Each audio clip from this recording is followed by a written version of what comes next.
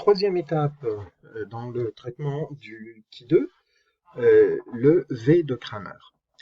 Le V de Cramer, c'est un indicateur complémentaire qui nous permet de mesurer, quantifier la force de la relation qui lie les deux variables.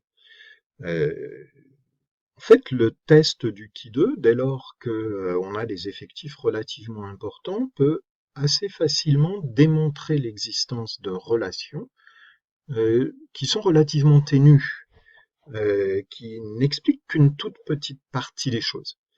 Donc on a intérêt de vérifier si ce dont on parle vaut le coup qu'on en parle. S'il s'agit d'une relation assez forte, qui explique beaucoup, ou s'il s'agit d'un épiphénomène, de quelque chose de tout à fait négligeable.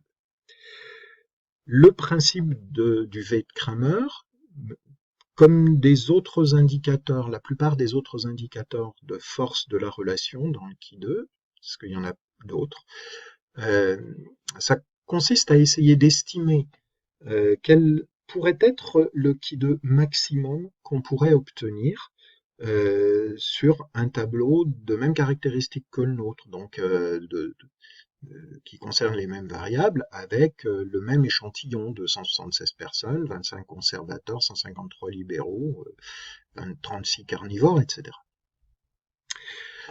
Alors, il y a plusieurs approches et Cramer a fait le choix d'une première approche qui est d'estimer le Ki2 max, le Ki2 maximum, en multipliant l'effectif total du tableau, donc 276 ce qui nous concerne, par le plus petit du nombre de lignes ou de colonnes, moins 1.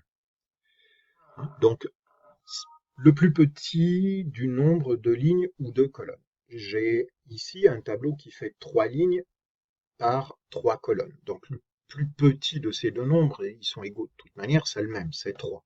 Si j'avais un tableau de 5 lignes par 8 colonnes, le plus petit du nombre de lignes et de colonnes, ce serait 5. Donc, plus petit du nombre de lignes et de colonnes, moins 1. Donc, j'avais 3 lignes, 3 colonnes. 3 moins 1, ça me fait 2. Donc, l'estimation du Ki2 max que nous propose Cramer, c'est donc l'effectif total, mes 276 qui sont ici, multiplié par 2, puisqu'on a un tableau de 3 lignes par 3 colonnes. Ça, c'est quel serait le Ki2 maximum. Le rapport entre le Ki2 que l'on a trouvé et le Ki2 maximum nous donne une idée de la force de la relation. Donc, on va l'appeler, par exemple, PKM, pourcentage du Ki2 maximum. Le pourcentage du Ki2 maximum, c'est donc le Ki2 que j'ai obtenu, 21, divisé par le Ki2 maximum estimé, parce que c'est trop compliqué à calculer, pour obtenir un Ki2 maximum réel. C'est à peu près impossible de manière systématique, automatisée. Ça nous fait ici 3,8%, enfin 0,038. Le V de Cramer, pourquoi il nous a fait ce tour-là, Cramer, avec un M de préférence, c'est la racine carrée de cette valeur-là, donc égale racine de 0,038, ce qui nous donne 0,195.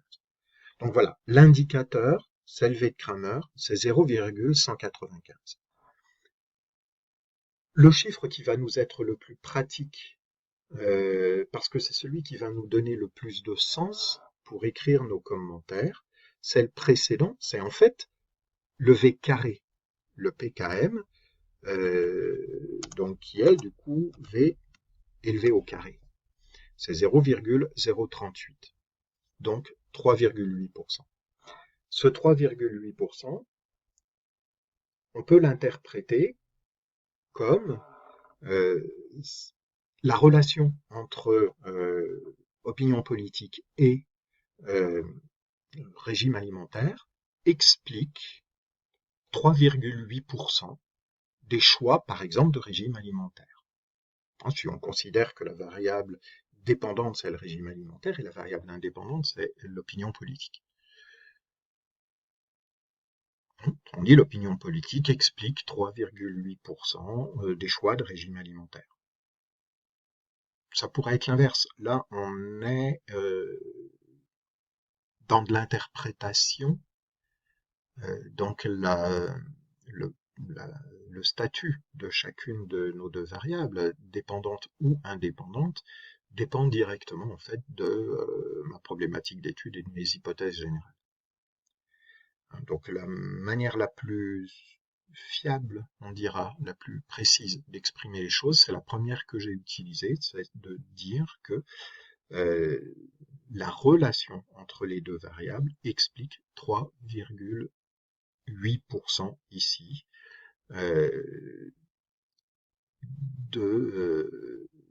des choix de régime alimentaire ou des choix politiques. La suite sur la prochaine variable, ça sera, bon, voilà, une fois qu'on a fait ce repérage, si on se dit que 3,8% c'est suffisant pour qu'on en cause, on peut aussi se dire 3,8% c'est très faible. Moi, je suis à la recherche des facteurs qui agissent fortement sur le choix du régime alimentaire. 3,8%, ça ne m'intéresse pas, je laisse tomber et je vais chercher d'autres facteurs. Si on considère que c'est par contre quelque chose de suffisamment important pour qu'on en parle, pour qu'on intègre ça dans nos résultats d'analyse, qu'on explique les choses, il va être intéressant d'aller voir encore un petit peu plus loin qu'est-ce qui vraiment rentre en jeu dans cette relation. Est-ce que il y a un régime alimentaire particulier, il y a un croisement particulier entre un régime alimentaire et un parti politique, un groupe d'opinion politique, ou est-ce que chaque groupe d'opinion politique a un régime alimentaire particulier, etc. Donc d'aller voir un peu qu'est-ce qui se passe à l'intérieur de notre tableau et plus globalement pour l'ensemble de notre tableau comme on l'a fait jusque-là. Donc la suite dans la prochaine vidéo, le numéro 4.